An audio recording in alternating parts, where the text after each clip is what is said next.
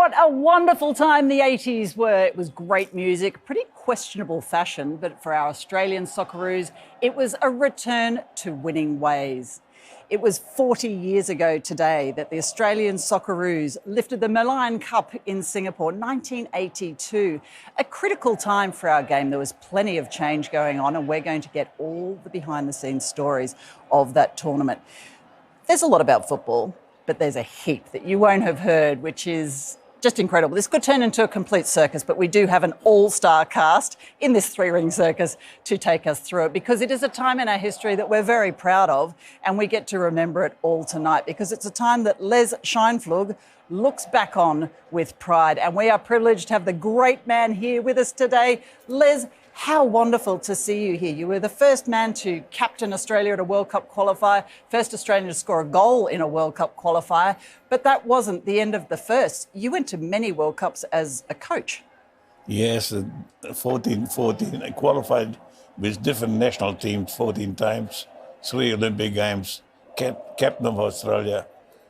You don't want me to go on. I think I've been 50 years in the game, and I enjoyed every moment of it. And we were really in those years when the Merlion Cup was on, we have been on a very low because we didn't qualify against New Zealand. We lost 2-0. And so I became national coach, and that's when I had to produce a few young players into the squad, and that's what happened with us. And we got a free trip to the Merlion Cup. Every expense was paid, because we were broke at that time, so it's been a hard road. We only traveled with most probably 16 players, 4 officials, 20 altogether. Now we are traveling with a few more people. Just a few more, and we are going to hear from some of the key people that were involved with you in that 1982 tournament. We're going to unpick all of those points that you've just mentioned, but sitting next to you is the guy that was your team manager. Now, Stefan Kammert, you first played your football in Leeds with Farnsley Celtic. Then when you came over to Australia in Newcastle, I think at the age of 19, was it the mighty Western Bears that had your talent? 3 titles with them. And since then, I reckon you've held pretty much every position in Australian football, through federations, up to the board of Football Australia, and everything in between, CEOs of clubs. It's great to have you here. Welcome. Thank you very much. Terrific. Now, on our screen at probably in about 10 minutes' time or so, we're going to have one of the wonderful players, the great John Kosmina, joining us, who was team captain. But let's go to the equal top goal scorer, who is on Stefan's right. And Dave Mitchell, what a wonderful career. You had pretty much a pioneer in the way that you went overseas, and of course starting your football overseas, but then you came back here and NSL, should I say, under-21 Player of the Year, and then extraordinary Eintracht Frankfurt, Chelsea, Feyenoord, just to name a few. But you were in wonderful goal-scoring form at this Merlion Cup, and it's great to have you here with us as well. Thanks, Stefan. A pleasure to be here. Great to see you. Now, next to you is a gentleman who won't remember the Merlion Cup of 1982 for a very good reason, but a former youth international, and made his way up through senior executive levels at the AFC, at FIFA, and at the City Football Group. And of course, since January 2020, has been the CEO of Football Australia. James Johnson, great to have you here. Thanks, Steph. Great to be here. And I'm going to say you were 5 months old, correct, when that Merlion Cup was lifted? I was 5 months old when that's right, 1982, that's right. So let's perhaps not quite ask you for your memories of that tournament right at the moment. Perhaps, Les Schijnvlug, what do you remember of the entire tournament? What was the feel? As you said, you had a mix of youth and experience, an invitation to play. Was that something out of the ordinary? Yes, it's never been done before, really, for the Australian team. We went on invitation, and we didn't know the opposition, how good they are. We had no videos. We had nothing about the teams. And all we knew is that they're very fast players. They play in their own country. And we knew the referees won't be on our side, because we had the big boys from England, from Australia. We are taller than them, stronger than them, fitter than them. And every 50-50 decision didn't go our way.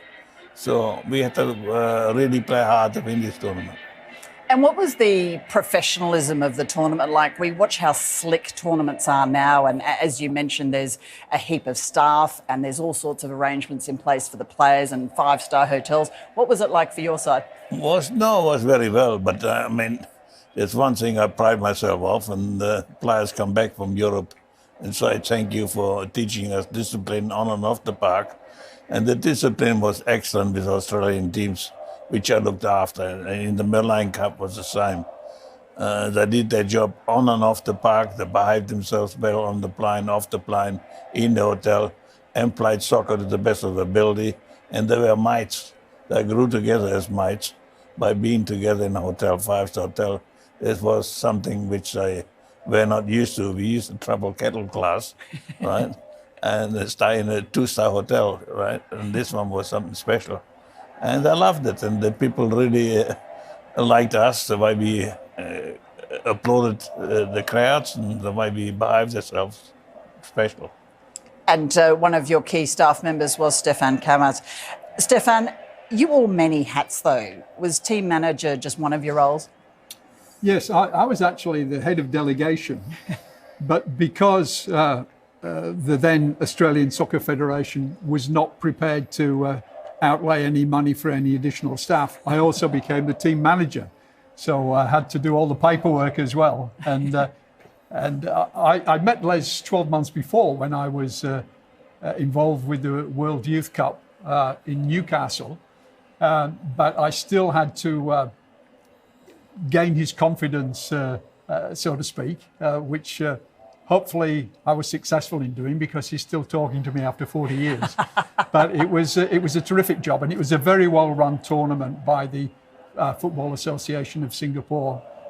They did a magnificent job, and it was a pleasure being there.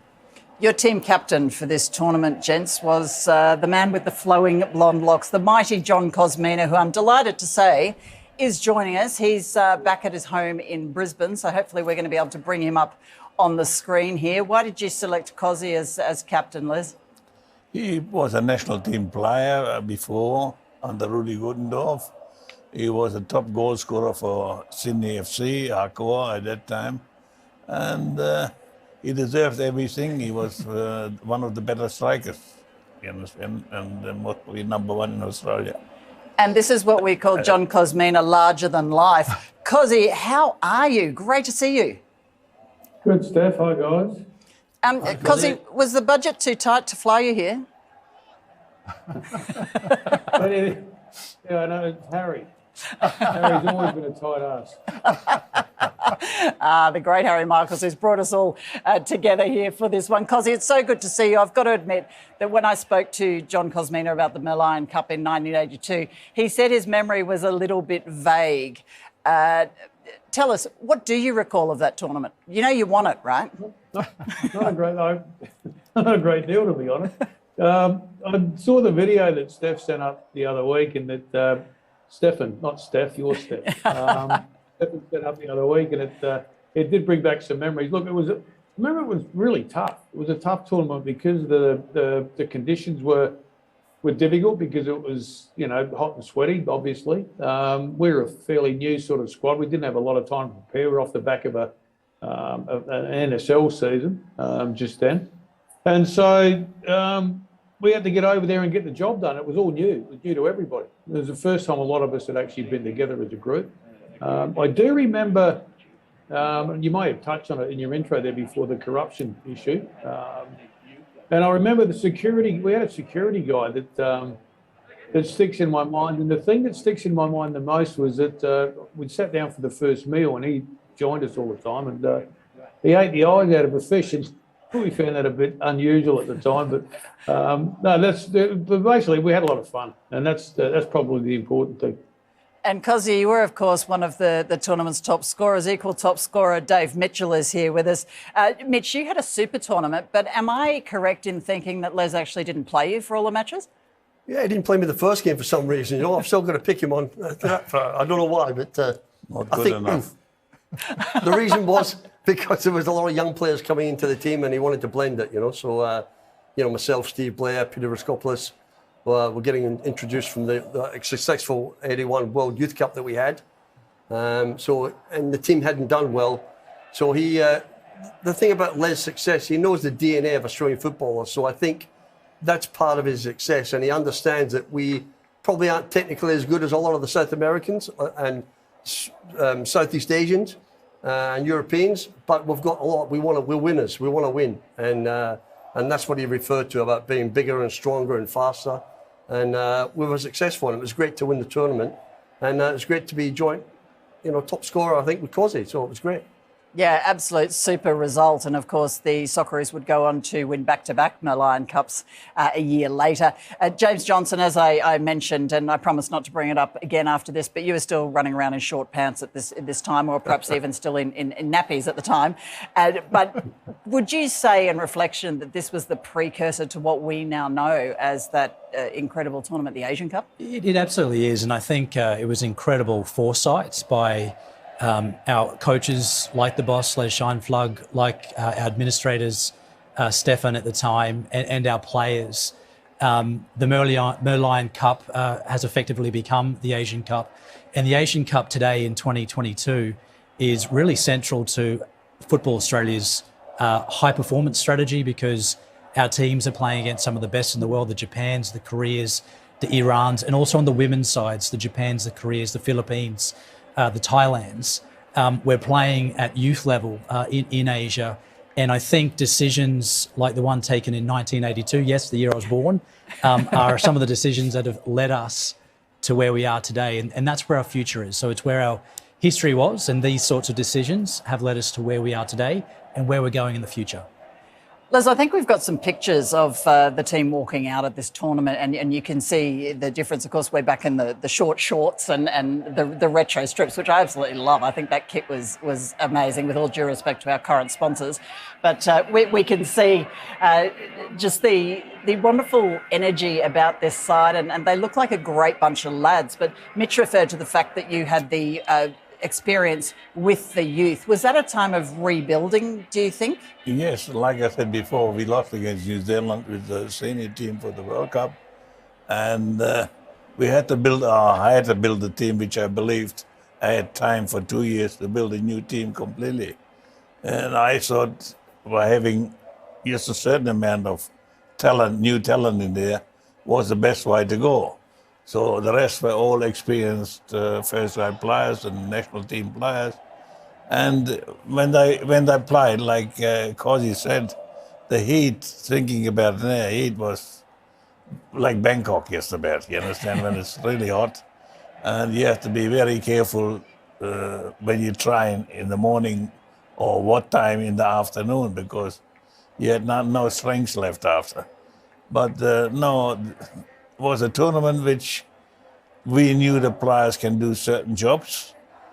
They were friends, not teammates, more friends and teammates. And they wanted to win this tournament. And that's the first time away from home. Can you imagine from a 2-star to a 5-star hotel in what it means? And in '82, we had Andrew Lederer, the vice president of ACOA. He was in charge, and he was Cozzy's boss at that time. He was very good to you, Cozzy. He used to pay you cash money. You know? That was the year after, was '83. 83. Yeah. Stefan was the boss in '82. Yeah, that's right. But Steve. Was it Steve Kamaz? Steve. Yeah, we're going to hear the story behind the Steve Kamaz shortly. Cozzy, you mentioned that you felt this was a regeneration of the Socceroos, the start of the next generation, if you like?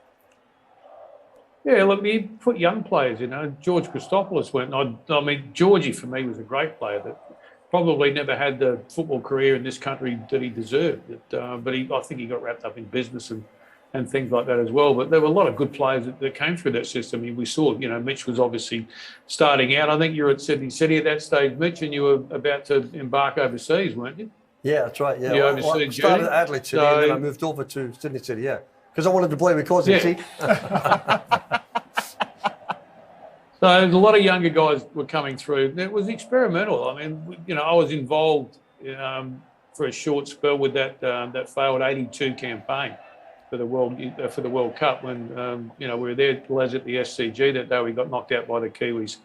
And it had to, now was the time to freshen it up. And Les did the right thing and picked a lot of new faces, because you've got to see how they go. I mean, it's easy. Well, it's not easy.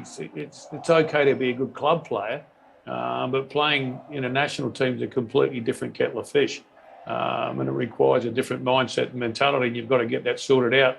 No point in throwing a bunch of guys together at the last minute and hoping they're going to do the job. So we had time to do it, and that's what started there. So it was great being part of it. I actually just wanted to test your memory, Cozzy, to see if it was accurate, because we actually have an interview done with you about this squad, and we'll take a look at that now. This is an interview with team captain John Kosmina at the 1982 Lion Cup.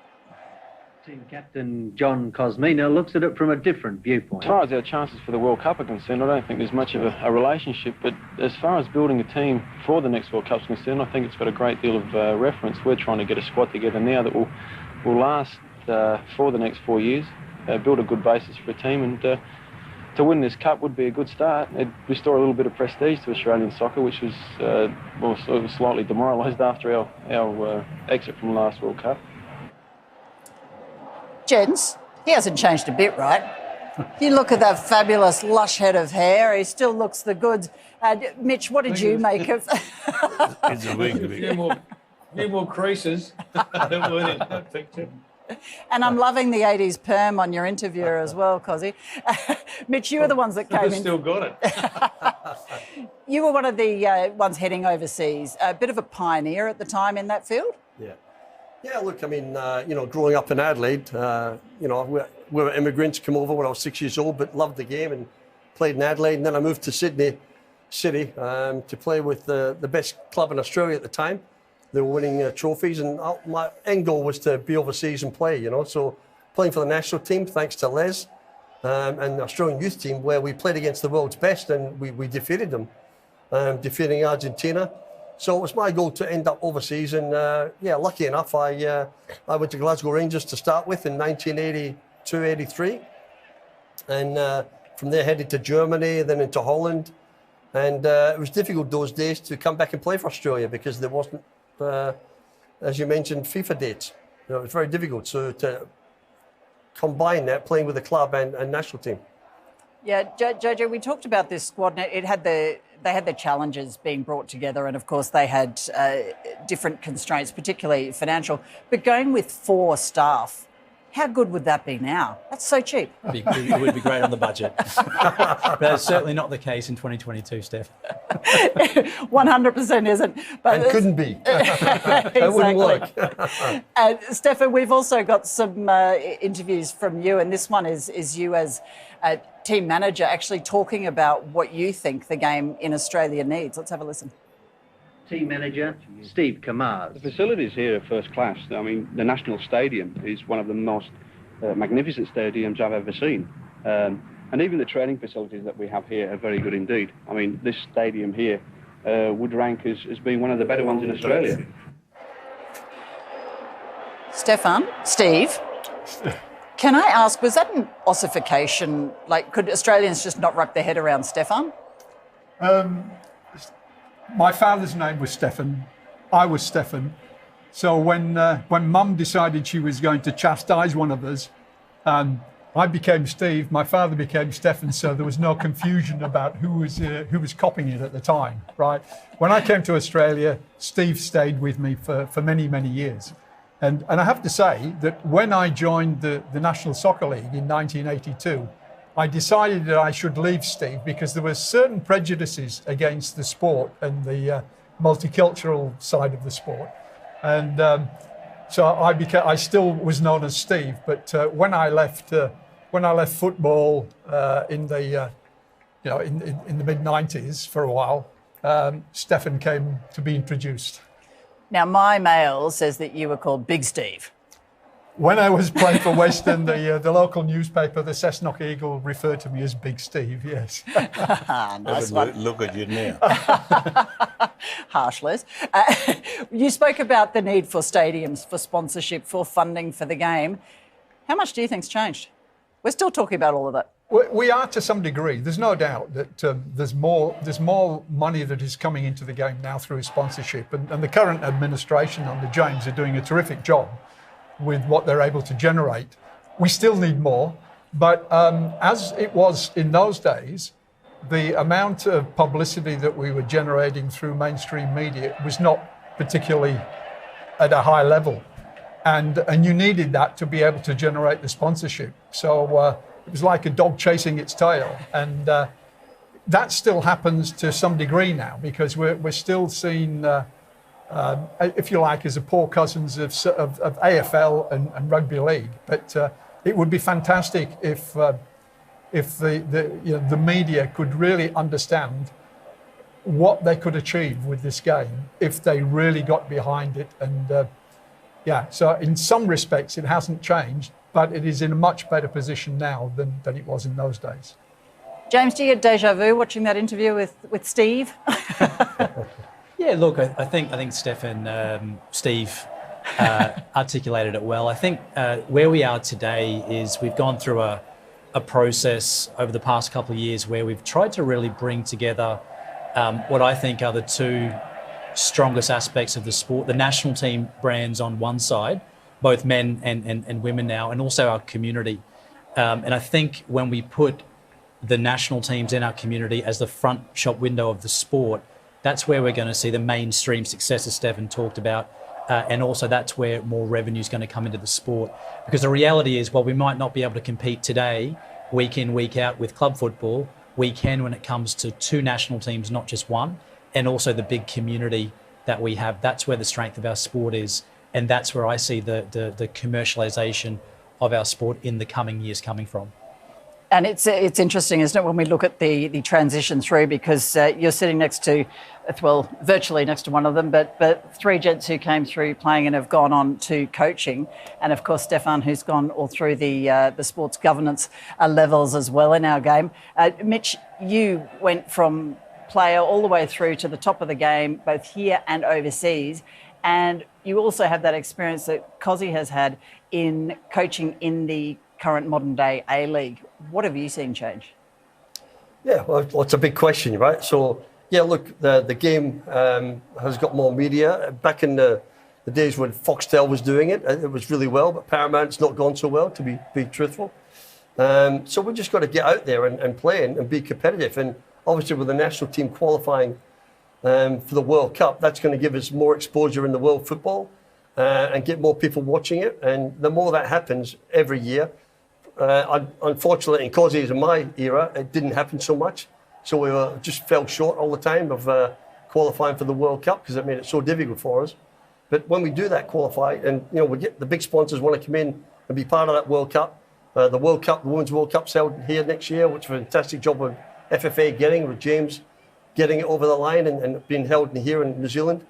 So that's when real sponsors want to come in, and that's where the money's going to come from. And for the local league and the community sport that we've got, the game's just growing and it's bursting, but we don't have enough facilities for kids to play, and that's part of the problem. We need more councils to get out there and help the development of the game, because we need more grounds to play at. #equaliser, that's what we're doing. We're getting more grounds out there for our female players, because we're expecting a huge boom, of course, in playing. But I want to ask you about the styles of play, because at this Merlion Cup, as I mentioned, you were equal top goal scorer. We've got some vision of one of your goals in the final, a fantastic diving header. Is that just vintage Mitch for you? Well, I was always known for a good header of the ball. The good thing is we played some good football. The ball get played forward. And I think it was a corner we ended up having. And from the corner, I came in and had a diving header. So it was. I think it's going to be coming up soon. So it comes out wide here, and here it is. And I come in late and diving header and scored. Yeah, so a well-timed run, and it was a great goal. And it was the second goal of the game, so it put us 2-0 up, I think, and gave us a big advantage to go on and get the third and then win the game. To make it 3-1 2 minutes later. Cheng Siun made it 3-2 from a free kick. I mean, back then South Korea were one of the major forces in Southeast Asian football, and for us to go and beat them in that sort of temperature and the conditions was very difficult. It was a great feat for us to establish the Socceroos, or Australian football, in Asia. Yeah, as we heard there on the commentary, it was a 3-2 win to the Socceroos, who would go on to repeat that feat. Les Scheinflug with you as coach the following year, but you had such an eye for youth talent. Now, many moons ago, you had one young James Johnson in your Joey's team. Did you have any inkling at that time that you were coaching someone that was going to run the game? Do I have to talk about it? No, James was very fast. He was a good midfield player, and unfortunately got hurt before we played Argentina in the last practice game. He would have been in the final squad, so he was a good player. So he deserved to be in there. And there's another first captain, first World Cup goal scorer. Now the first coach who got produced CEO. I wonder if that's going to be added to your CV and your Hall of Fame citation. Which begs the question, James, you went and played for the Strikers and you returned there when one John Kosmina was coach. Cosy, you didn't pick him. What were you missing? He was injured. Lucky you say that. No, look, I had a lot of young players in that team. And Jamie, you know as well as anybody, mate, when you pick a team, whether it's business or football, you've got to find the right balance. And I had a stack of young blokes in there already. Jade North, Matt Mackay, Wayne Shrow, Shane Stefanuto. I needed a little bit of experience. And it's just balance, matter of timing, I guess. Well, James, you get right of reply. Was that your recollection of how that unfolded? No, I've got a lot to thank Cosy for. I think Cosy was always very honest to me, and I always appreciated that. I always wanted to become part of the first team at the Strikers, and I was in the youth team. I'd train with Cosy, but he always said to me, "Look, it's not you're not going to get time here in the first team, and you're a smart kid. You should focus more on university." And that's actually what I did. So. I have Cosy to thank for a lot of the academic success that I had after football. And that's important, Steph, because no, that's important. Not really, because you've got a good point. No, it's very important because a lot of coaches would say, "Oh, look, if you stick around and do this and do that, and maybe in a couple of months we'll and tag you along," when they've got no intention of actually playing the player or whatever. So to be told there and then, look, things aren't going to work for you. I've got too many to pick, and your best. Go on in other endeavours, and that's exactly what you have to. You have to be tough to be, you have to be cruel to be, successful here. I think in this instant, yeah, and I think that's exactly what happened, and it's worked out exactly. So, James, would you then say that we can use the quote, "John Kosmina made me a lawyer"? Was that a lie or a lawyer? You did say. No, FIFA was afterwards. I get mixed up with this. So, Cosy, you can take full credit for that. Mitch, you mentioned the importance of giving players other opportunities. Just describe for us what it was like for you as an overseas player coming back. Do I recall a story where you actually traded a plane ticket with a backpacker? Oh well, that was years. That was early years when I went on trial. I spent $30,000 buying my own contract at Hakoah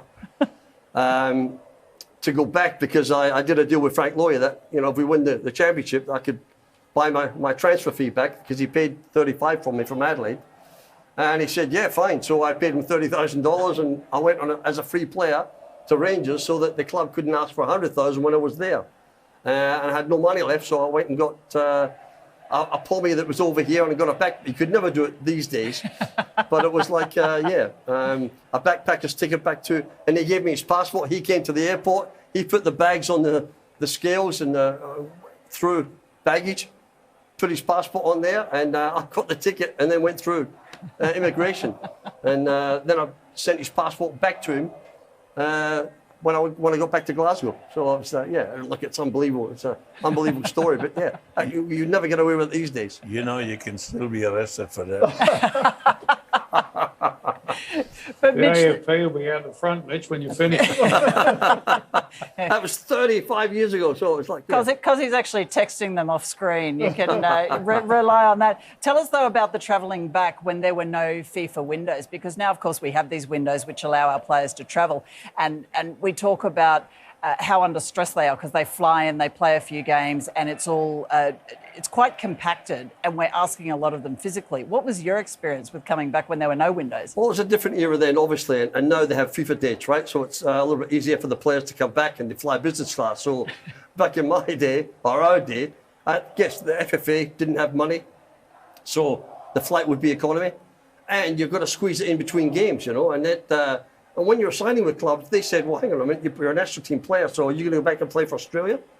So it's quite difficult in those days to come back and play for your national team, and particularly if you're playing against Fiji or you're playing against Tahiti or the smaller nations in the so-called World Cup.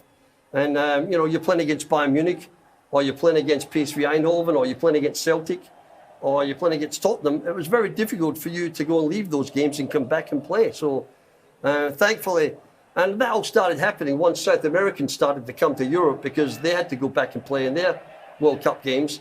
So in Australia or in Asia, it wasn't looked as so important to European teams, but as soon as the South Americans had to go back and play, then FIFA had to act and work on something where a FIFA date would work for the players, and that sort of helped our players come back. So, yeah, it was very difficult at the time.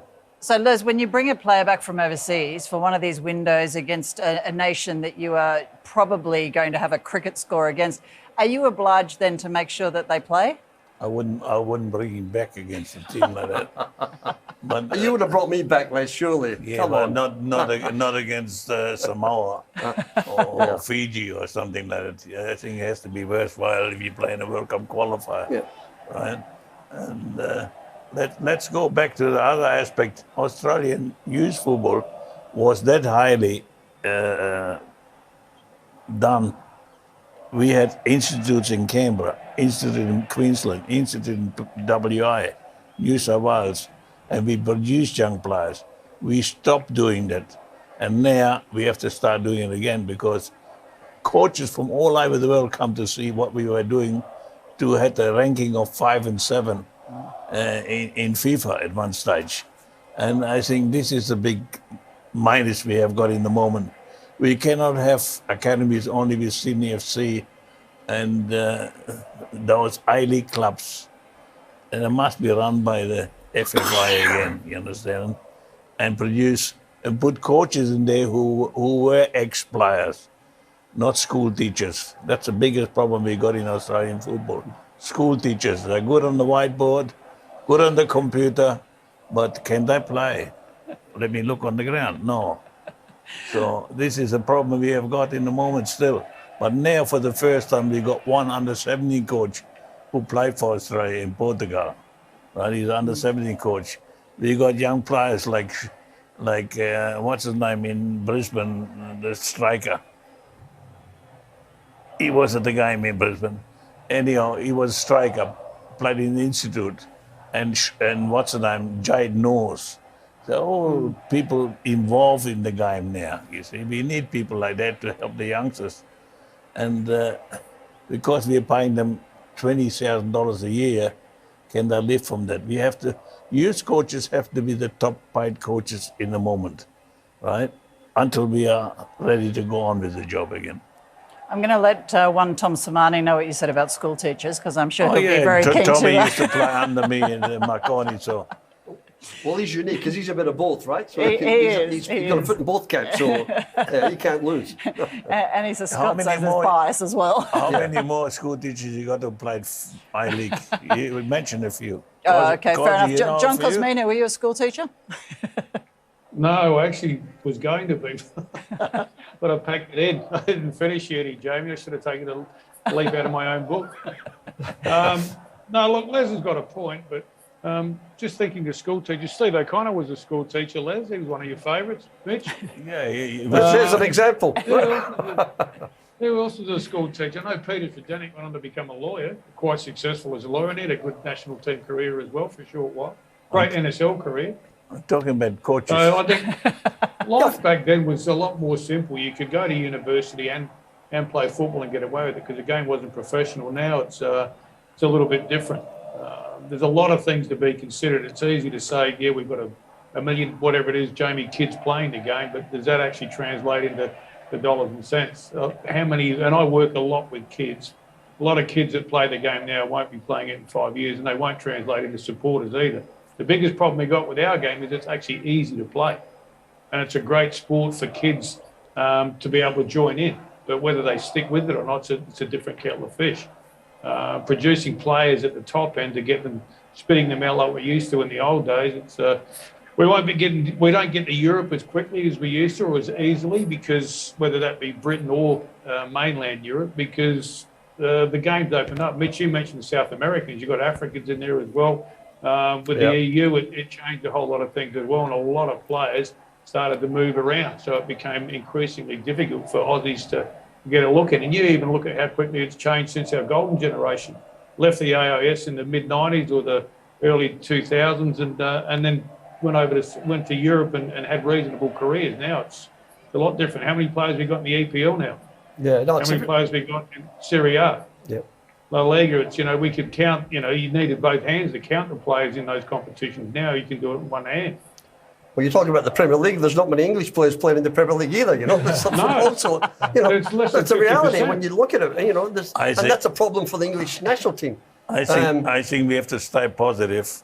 If we want to improve football in this country, we have to start with the young kids. You understand? And spend some money there with the young kids and get the good coaches with them. There's no such thing that we can't go back to the level where we were before. When you talk about old soccer, new soccer, soccer doesn't change. The ball is round. It's just how often you use it and how you love the game. You see, if you love the game, you can reach anything. The same with the young kids. You give them the best tricks, the best soccer ball. If they don't want to play, they don't play and they don't practice. Cozzy, you're one of those that Les mentioned before that should be involved in the coaching, as a player at the highest level, and you and Mitch, of course, both coached at A-League level. What have you noticed in the difference since those days that you and your teammates were playing in Singapore at the Malayan Cup, and those were the days when kids would have a ball and they would kick it all the way to school, and that went through till the likes of the Harry Kewells and those sorts of players who said he just always had a ball at his feet every second of the day. What's the change you've seen? Les mentioned school teachers, and it's difficult because you have got a lot of coaches in the system these days that never really played at a high level, and you got that argument. You don't have to be a good player to be a good coach, but I think you've got to understand the fundamentals of the game. And I look at and I work with a lot of kids. I coach at a school, private school. I've been there for 5 years, coming up 6 next season. I've done a bit of work with one of the local community clubs here. With a mate of mine that played NSL for Brisbane City, and it's interesting looking at the kids. They can't pass the ball properly, but they can do a rainbow flick. Like, where's the common sense in that? It's the little things that are wrong. You talk about school teachers, science, so much science and technology involved in the game these days, yet there wasn't 20, 30, 40 years ago, yet where'd all the good players come from with all that science and technology? Where'd it come from? It's become from because they had a love of the game, and because guys like Harry had a ball at his feet, he would have gone to sleep with the ball. Harry would have had a ball between his feet when he went to bed at night. That's why he was as good as he was. And I mean, the other thing as well is, like, someone like Harry is born. You don't create a player like Harry. For me, he inherited a gift, and he made the most of it as well. So there's a lot of little things that I think you have to look at that are going to change the game here and create better players. But I'll throw this one to you, Jamie. When do we get a National Youth League back? Because you go back, Les, to the 90s, and you mentioned the AIS, and the AIS team used to blitz the National Youth League back in the early 90s, right through to till the NSL finished up 2003, I think it was. So you get a good youth league with kids playing 30, 40 games a year. That's what's going to make better players. And also, I forgot to mention, with younger kids, we got coaches also think of getting them fit. They're fitness coaches, not soccer Come on, coaches. Les, give us a break. Fitness coaches. You give Is them. the Hammerus a training? No, what is it? But that's what his point is. It's but coaches you're doing older. it. You're much older than. I'm talking about young kids, from when they start from 6 years on to about 10. Give them the ball, let them enjoy themselves, let them make mistakes. What do? They put 20 cones on that side, 10 cones on that side, for a few sticks, and make them do that instead of giving them the ball and let them enjoy themselves. That big is a balls and difference. cones. Yes. And Cosy in its fast, I might you run, but you run a lot with the ball. That's why you scored so many goals. I mean, of course he's right, because I do some work at Knox Grammar and Linfield and North Shore here, and it's like a scenario where he's right. They would rather do the rainfall pits, and would they go and watch an A-League game? They wouldn't go, you know, and they love the game, they play the game, but it's not in their DNA to go to the games, and it's trying to get them to go there. You know, and I think going back to the point where the gap that's happened, you talk about an A-League coach, you earn so much in Australia, if you lose that job, the next job you get is going to be like 5 times less money. And so they want to play with players that have played in the A-League and don't give young players enough chances to play. And that's part of the problem with the AIS. That gap was filled with AIS players coming into the NSL, and the NSL probably weren't as fit or professional as the A-League. So the A-League's expanded and gone further away, and they're having all their elite academies, and the AIS isn't there anymore. So you've got all these players with a big gap. You know, they're playing at club level, but the coaches don't give. There's so many players that don't get a chance, you know, at Western Sydney Wanderers or at Sydney FC or Perth Glory when I was there. You have to pick between 1 or 2 players, and if you pick one player and he does well, the other player might go and play in State League and never gets a career again. And I had that. You know, it's a situation where coaches have got to be very careful what they do with players and picking them. David, you get my point.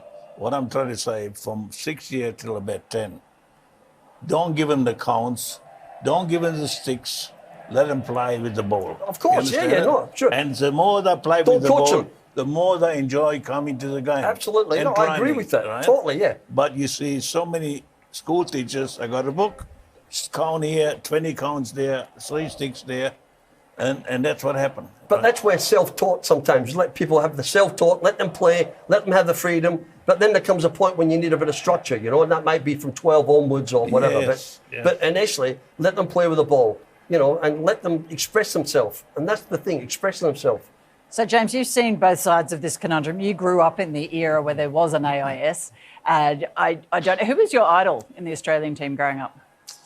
Oh, Don't Frank give up. Farina was, Okay, was yep. someone I looked up to as a Queenslander, and not just a Queenslander, someone from the country part of Queensland, Frank Farina. Yeah. So were you one of those kids that had a ball at your feet and you were imitating your heroes and went to watch and came through that scenario? Yeah, growing up in Rockhampton, it was always a case of really connecting with players from the regional parts of Australia that had ended up in the senior national team. So anytime there was an opportunity to watch the young Socceroos or the under-23s or the Socceroos in Brisbane for me, my family and I would travel up to watch the team.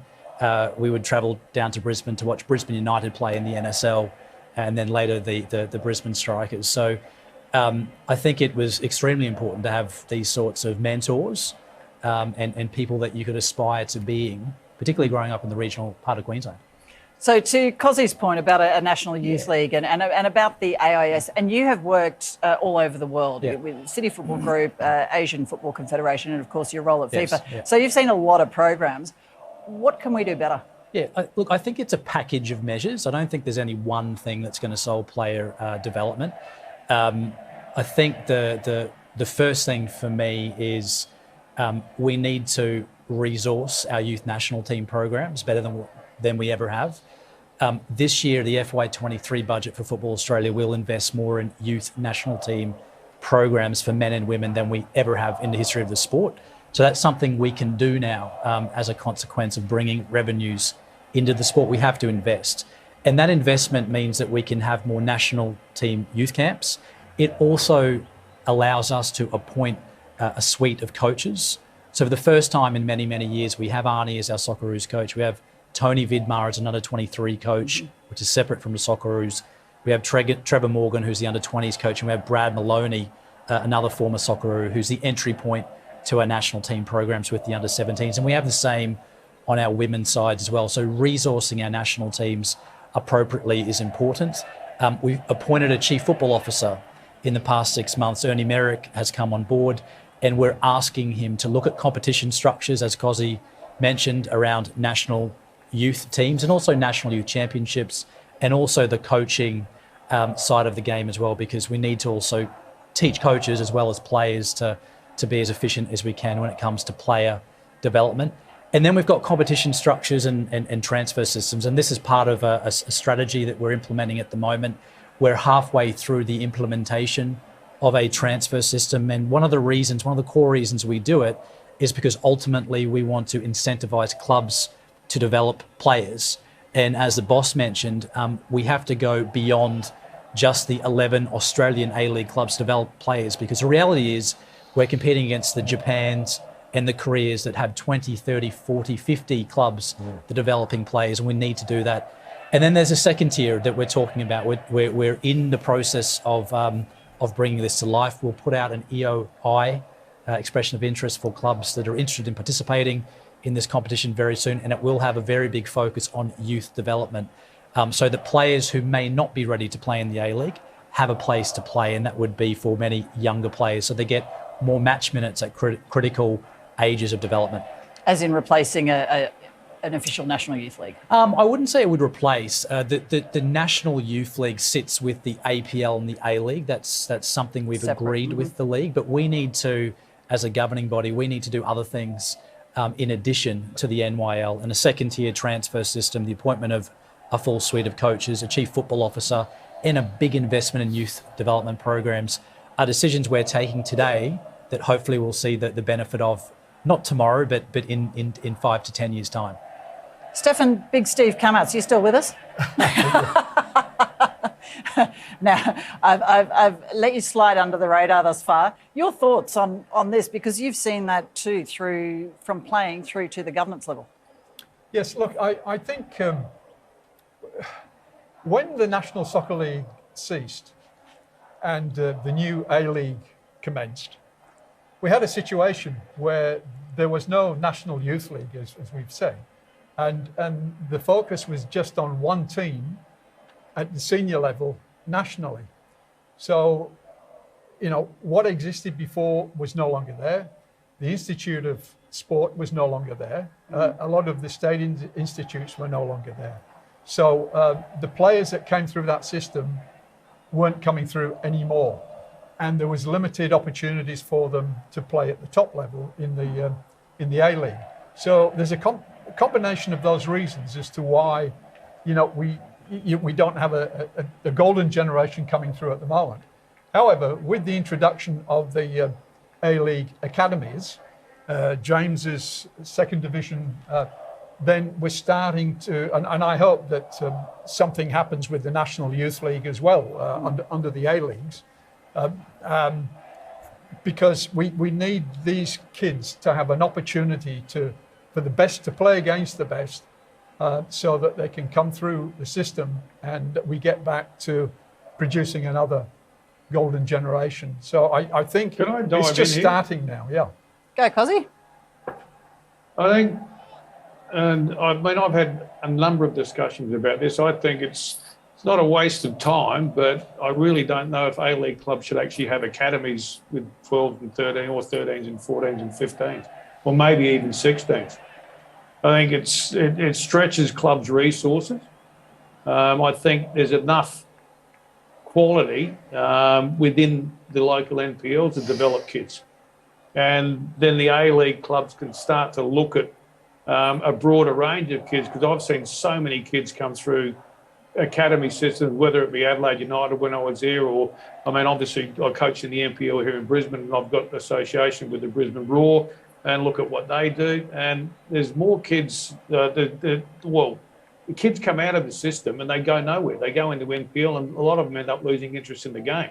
Kids build their hopes up when they get taken into an A-League academy, and 4 years later, they're on the scrap heap, and it's like, well, do I really want to play NPL? The enthusiasm's almost gone. I think you're better off just leaving it with clubs and getting these kids to strive to get looked at at an A-League club at 18, for example. And in Australia, we are a country of late developers. We always have been. 18-year-old kids in Europe are so more advanced than 18-year-old kids here in Australia. And that's simply because of the level of competition.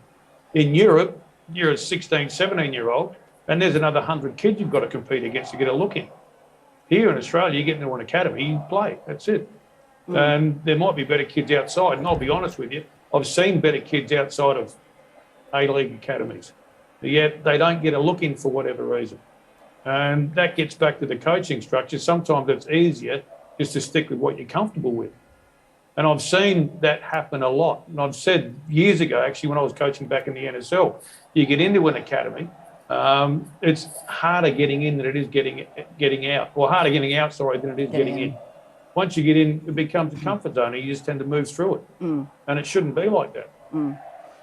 I want to talk about comfort zones, Cozzy, and to all our viewers who might have joined us late and think that you've joined a youth development and coaching seminar. No, we are celebrating the 40-year anniversary of the Socceroos lifting the Malayan Cup in 1982 in Singapore, and we're reflecting back on that with our wonderful panellists led by head coach Les Scheinflug. But there were certain moments around that, and youth was one of them, and we've explored that a little bit, but Cozzy, you spoke about players being worldly and the different experiences, and I'm going to take you on a wild tangent here. How about your experience at the Malayan Cup? There was a beauty pageant. Were you aware of this? I'd forgotten about it. I saw the footage. I think blanked it out of your mind. So if we look here, and we can see Stefan Kamatz looking on intently, or Steve, as it were, there was a lovely lady chosen from each competing nation to be part of this beauty contest. Australia sent 2 women from Western Australia. I don't think Stefan actually picked either of them. But Cozzy, why weren't you on the judging panel with him? I was married. I'm pretty sure. No, that didn't stop me. No, I'm glad I wasn't. It would have been too hard a decision. And I would have had to sit through that. It was hard enough sitting through the video that I got last week. Sitting through it live would have been torture. I've got to say, Stefan, so wildly inappropriate, but so of that time. How did you end up as a guest judge? Well, each of the heads of delegation became guest judges. I mean, Cozzy doesn't remember it because he wasn't asked to be a judge. But I actually did vote for one of the Australian girls, and she didn't win. So. Oh, what a shame. I did love, though, there's a bit of... Is that a surprise? Stop it. There's a bit of commentary over that piece, and if you want to go and check it out, I think it's on Harry Michael's Facebook page, potentially. You listen to it, and it talks about Stefan sitting there as the guest judge, and you can hear him saying, 85, 62, 85 are down as her statistics. I know. Yeah, not acceptable today. What's that translating to in the inches, Stefan? No, truly unacceptable. But again, one of those the things we look back at, and it was a sign of the times. Was the other off-field revelation a sign of the times as well? Because another diversion, Stefan, was not just the can you please be a guest judge in our beauty contest. You were getting calls about a little bit of on-the-side betting? Yes, look, there was a lot of gambling going on around this particular competition, and there's a lot of gambling that goes on throughout Asia. I received 2 phone calls from a young lady asking if we would fix our game against Indonesia. And we weren't offered money, we were offered women. Indeed, and I want to hear your reaction to this because you were interviewed about this at the time. Let's have a listen to that. How come the players missed out? During the week, obviously because of the amount of betting that does go on these matches. And I personally have received 2 phone calls, both from ladies, offering me their bodies, if you like, in an attempt to get the players to throw the match. I find it ludicrous, really, because we don't experience this sort of thing in Australia. Apparently it's commonplace over here. And because there are hundreds of thousands and at times millions of dollars involved in the games, it's serious business. I had an approach from the CPIB 2 days ago, and I had to make a written statement to them on exactly what happened regarding the 2 phone calls, and they're treating the matter very seriously. But obviously, from our point of view, it's a little more lighthearted because it's a new experience to us.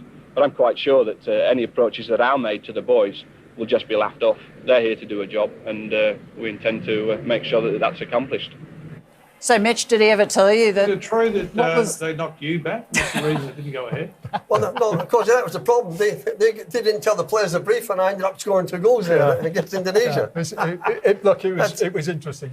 this actually made the front pages of the Daily Mirror in Sydney. It was probably the first time that the late Tommy Anderson, the journalist and an ex-player and coach, had made the front pages of the Daily Mirror. And it actually made a book by Bob Bottom, right? Bob Bottom wrote on organised crime, and we actually appeared in his book. I received these calls, and we were asked to draw 0-0 with Indonesia because Indonesia had won their first game, and a draw would get them through to the semi-finals. I obviously was somewhat taken aback by this request, and I immediately reported it to the Singapore Federation, who then reported it to the Corrupt Practices Investigation Bureau, and I had to give a written statement. And I should say that other teams were approached because one of the players of another team who was alleged to have participated in this was sent home. Now, because they'd asked us to draw 0-0, the game's going on. I'm sitting on the bench near Les. And after 70 minutes, notwithstanding the fact that we're really on top in this game, it's 0-0. And I'm starting to panic because even though we haven't done anything wrong, I was concerned that perceptions would become reality, right? But thanks to Mitch here, he scored 2 goals within the space of 7 or 8 minutes, and we won 2-0.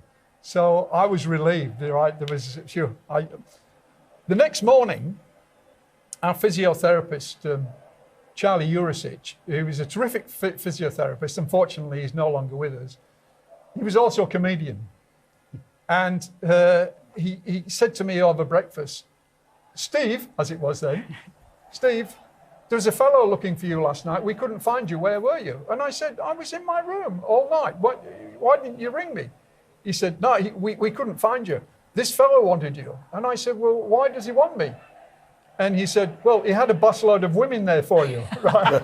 By which stage, obviously, I'd realised he was taking the mickey out of me. But yeah, it was a strange experience. And yeah, thank goodness I've never had to go through that again. The funny thing, he never told us anything. Not to Cozy, not to Yeah, David, not to yeah, the coach. He kept it for himself. Yeah. I was going to say, Dave Mitchell No, quite literally saved your yeah. blushes. So you knew nothing about this, Les? Nothing at all. Is that the best way it was?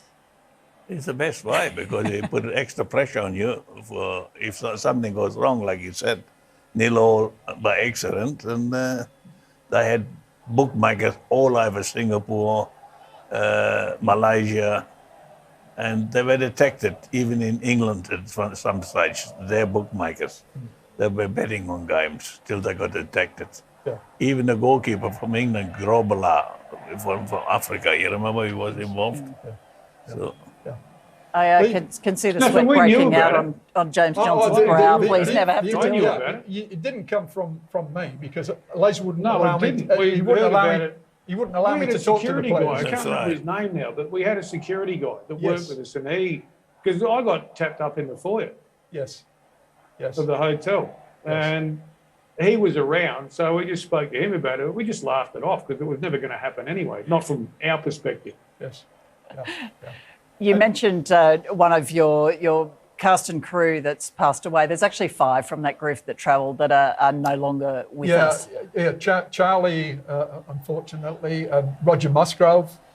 2 of the players, there's Phil O'Connor and Martin Crook. And the referee who travelled with us for that event was Tony Boskovic. So yes, unfortunately, those 5 are no longer with us, which is very sad. You mentioned Martin Crook. I think he only conceded a couple of goals all tournament, didn't he? yeah, no, he was, at that stage, he was a good up and coming international goalkeeper. But we had so many good ones, you understand, really, in that era. You know, I went to Portugal, I had Kalac, I had Schwarzer, and I had Bosnich in the under 20. Can you ask for any more? Yeah, spoilt for choice. The only goals scored against us were in the final. The previous games we'd won without conceding any goals whatsoever. You spoke about earlier when we were having a little bit of a chat about what sort of things you'd like to touch on. You all mentioned the DNA of the side, what it was intrinsic to this side that made you perhaps more powerful together as a collective. JJ, DNA is something we still talk about as being really important to our national teams.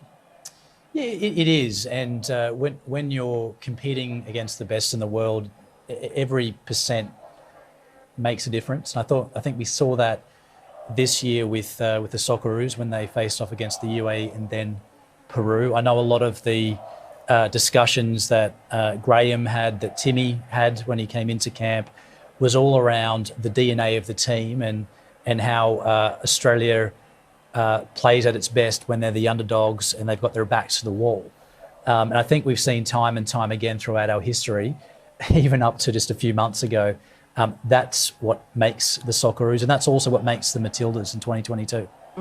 Indeed, and the collective, I think, and we can include in that as part of our football family, the Pararoos and the Paramatildas, who will strive together to achieve that objective. Mitch, it was something particularly important to you, wasn't it, that the players, perhaps on their own, not all superstars, but together you formed a really good unit. Yeah, absolutely. And that's like going back to Les's day. He had that interaction with players. He could smell a player if he wasn't bothered or if he was, and he'd come and talk to them and get in their head. As a coach, you have to be a bit of a psychologist and you have to try and get the best out of them. And Les certainly did that. And with the blend he was trying to do from not qualifying for the 82 World Cup and in this tournament in the Merlin Cup, myself and 3 or 4 other young boys were played there. He's bringing that into it. And, that gave enthusiasm. And players like Cozzy, were looked up to from the younger boys because he was one of the stars of the league at the time. So it's a scenario where, we were playing and we're enthusiasm. And that gives you an injection to any team. And going there and giving the pride back in the shirt. And that's what Les was always, that pride in the shirt and playing for the Socceroos or Australian team or national team, whatever it may be, that you've got to have the pride to play for it. And, you could just see that all the things he's done within the game. And, even I didn't know his past history, which is a shame. But, he's one of the foremost coaches in Australian football that has been successful. I've been in 2 games. In Mexico, where Frank Farina scored the equalizer in front of 100,000 people. You couldn't hear a word.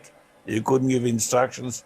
We had to tell the physio to go on the park when somebody gets injured and give instructions. And then in Portugal, 118,000. The more people went against the Australian team, the bigger they grew, our boys. And one thing, where we made the mistake, we brought coaches in here that want to play their style from their own country, instead of letting us play our style, which is winning, going forward. All right, you learn to defend, which is part and parcel of knowledge. But this is our style. The Australian style is not to go back, go forward and score goals, get crosses in. And soccer hasn't changed that much. You have a look at even the top teams now. Suddenly they play with 3 in the back. We used to play with 3 in the back, 1 sweeper, 1 stopper, right? And the 2 fullbacks and 3 midfield players and 2 up front. Soccer hasn't changed that much. It's just the players you got of football, football. But I'm from the old era, you see, so it hasn't changed that much either. But just that, we talk about, the 1%ers. Everyone talks about the 1%ers getting better. But you know what? Never forget the 95% that you got there as a core. That's, a lot of people forget that. You get all these 1%ers and forget that 95% core that you're talking about. And that you end up missing. So you start from 70% and go into these 1%ers. The core is the value of everything in the team. Indeed. You mentioned the players looking up to Cozzy and his stature at the time. Stefan, what would they like to manage as a team? Were they rascals? I bet. They were terrific, actually. I was thinking that, 1 or 2 of them, because they were stars, might be in love with themselves, but no, they were a terrific group to work with. They were fantastic. And, of course, you have the boss next to me who was in charge, and they respected him, so they behaved themselves. So, it was terrific working with them at the time. I loved it. You have no idea how often we sneaked out, so obviously we did a good job. That's what he says there, but he was on the next plane home if I catch him. The thing is, when you snuck out, you actually caught Les out with him as well. It was Yeah, sort of but in you the got to same catch bar. me, Les. You never caught me. You were too fast. Too fast. Cosy, what Les has just said about the evolution of the game, but it's still actually the same game. Was that your experience? And you've watched Australian football through from coaches before Les Scheinflug and then through the different incarnations, if you like, or iterations afterwards. Has it changed that much? Are we still the same sort of players? Look, I think the world of football is a lot more tactically aware than it used to be back in our day. If you look at the A-League, and Mitch touched on it before, that it's a lot more professional than old NSL ever was. But if you look at the players in the NSL, they were virtually self-developed. They were self-taught. Training these days for young players is nothing like it was in ours. It's very, very structured. In our day, I guess there was a lot more like natural learning. It's because we basically played street football. I mean, Mitch, what did we do at training with Tomo? Yeah, we're a successful side with Sydney City, but we played five-a-side most of the time. You knew exactly what you were going to do, and it wasn't a free for all, but you're allowed to develop at your own pace. And I think we did that back in those days. Now it's a lot more complex for coaching kids. There's a lot more expectation of coaches. And football's become a business. And so there's also the commercial side of the game that you've got to look at. And I think that influences somehow the psychology and almost the philosophy of the game in this country as well. I mean, Jamie, you just rattled off a whole lot of metrics here, which I understand because you're on that side of the business. But none of it said about developing, who's going to be a good footballer and who's not. It was all about the commercial side of it. And you talked about national team stuff, like what you're going to do with the youth teams and all that sort of thing. That's not going to make us better players. The cream will always float to the top, and you'll get the good kids coming through that will be picked for the national team. But will they be as good as kids that were picked 20 years ago, that were more self-taught, that maybe had to do it a bit tougher? You've got to get back to the basics. And you've got to look at those million-odd kids that we've got playing the game. Where are they going to be in 5 years' time? Will they still be playing football? Or more importantly, how do we turn them into supporters if they're not playing? Or are they going to play over 35s or over 45s with their mates, but turn up and watch an A-League club or their local club on the weekend? That's what we're missing. Back in the old days, you got people that turned up and watched. Now you don't. At all levels of it. And, the old NSL clubs can always, in the NPLs in each state, always go on about how, we've disregarded old soccer, but they don't get the best roll-ups on a weekend either. It's not like they're outstripping the A-League for numbers by any stretch of the imagination. What we all forgot, including Cosy, Mitchell, everybody, soccer is becoming more expensive for young players. And I think the government should help with the fees. Some of the clubs are charging $400, $500 for a kid to play. I would have never been the captain of Australia. My father didn't have that type of money, right? 2,000 in some places. And if you got 2 or 3 players from one family, we miss good players. And this has to come back in here. And like Cosy mentioned before, under Toma, you played five-a-side game. But what do? You play with the ball all the time. You get the touch, you get the feel, you get the first touch. And then you had some shooting practice on the end. So else, if you don't have shooting practice, you will never score goals. But these are... I got a question. Yeah. Sorry, I got a question for Jamie, mate, because you would probably know this. And I was thinking about this the other night because I'm forever hearing that football costs too much. I've been involved with an NPL club and I can see where some of the money goes. But say a kid pays $3,000 to play for an NPL club. Can you actually break that down as to where every dollar goes? Are you able to do that? Are we in a situation to do that? Yeah, the answer is yes, Cosy. The first thing I'd say, though, is when it comes to cost of football, it's a very blanket conversation at the moment. We really need to hone in on where the costs are. And if you look at the 2 million participants participating week in, week out, it's a small percentage of players that are paying the thousands of dollars every year. And this is an issue, and this is an issue that's specific to the elite clubs and the NPL clubs. If you look at the rest of the sport, though, my kids, for example, we pay $190 a year at Leichhardt Saints. It's not an NPL club. This is the sort of 98% of our participation base. It's pretty good. The costs are very high at the NPL, and we do have to solve this. The starting point for me is looking at how did we end up in this position. And for me, if you look at those NPL clubs and you look at how clubs generally generate revenue, normally clubs can attract sponsorship through a tiered system where they can move up in a pyramid, or they generate revenue through the development and on sale of players. And we don't yet have a full-fledged transfer system. So what's happened, I think, over the years with the NPL clubs is they've charged the parent because they're not able to actually create revenues for themselves. Now, is that right? No, it's not. But that seems to be the cause. So we do need to look at that and find ways to reduce the costs for clubs that are in that elite part of the pyramid. So yes, I agree with that. And we've got some initiatives that we're going to put on the table in 2023 about how we can reduce the cost for clubs at the elite level. To answer your second question, Cozzy, yes, when a player registers, when a parent signs the player up, what the parent will see is how much each level of the pyramid charges for cost. For Football Australia, some might be surprised. For junior players, we take $14 per participant. For senior players, it's $33. So it doesn't matter if it's $190 or $2,000. Our fees do not change. It's $14 for juniors, $33 for seniors. Where the costs increase is through associations, through member federations, and then the clubs themselves. But they are all broken down. It's transparent, and you see it as a parent when you sign your child up. But that's a new thing that we've brought in recent times. James, Just on top of that, I think it's great. Just, yeah, on top of that, but when a parent has had a kid at a club and they're paying $3,000 every year, then this kid goes overseas and plays, and then the club asks for $50,000 or $60,000 or $100,000 for development fees. Well, the parents have paid the development fees, so who should be getting the money back? The club or is it the players?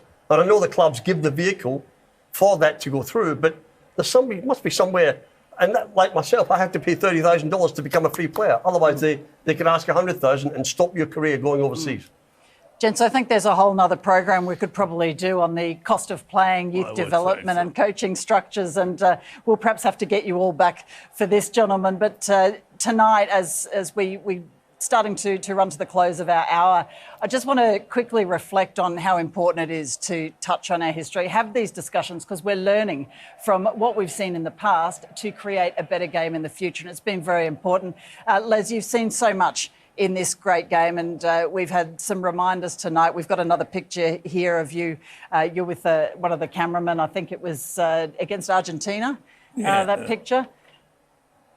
The cameraman, a nice man. I know him for 30 years, and I simply told him to make sure Harry Michael behaves himself, because he put his camera on me every time I smoked a cigarette, and there was a sign behind me from Winfield, smoking kills.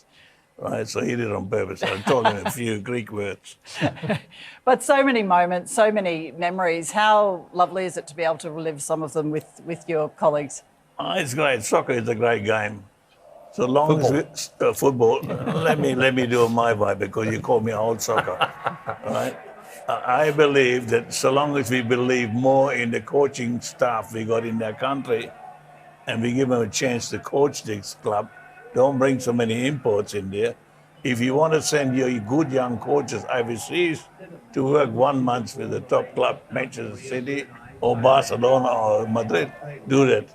But don't bring those so-called has-been coaches over here for 2, 3, 4 years, and they achieve nothing. They leave us empty. And that's what happened too often with us. Les Scheinpflug, you've been such a wonderful servant to the game. So many wonderful memories you've given us over the years, and you continue to have these conversations with it. Thank you for looking back. Only 50 years. Thank you for looking back with pride on all of this. John Kosmina, thank you for joining us from Brisbane. Stefan, Big Steve Kamatz, great to have you here. Dave Mitchell, wonderful to see you. James Johnson, thank you for coming and giving us a feel for what the future looks like in football. Can we expect to be celebrating more of our great history?